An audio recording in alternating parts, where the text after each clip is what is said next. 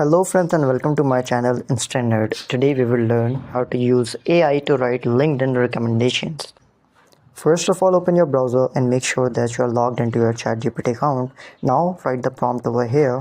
Write 3 LinkedIn recommendation for my profile.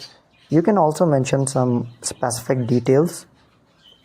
I want to get a job in a multinational firm as a CSR agent. Now hit enter. Here you can see that ChatGPT has created recommendation based on the prompt which you have typed in. There's a recommendation from a manager, from a colleague, and from a client or partner. Thank you so much for watching the video. If you like it, please like and subscribe to our channel.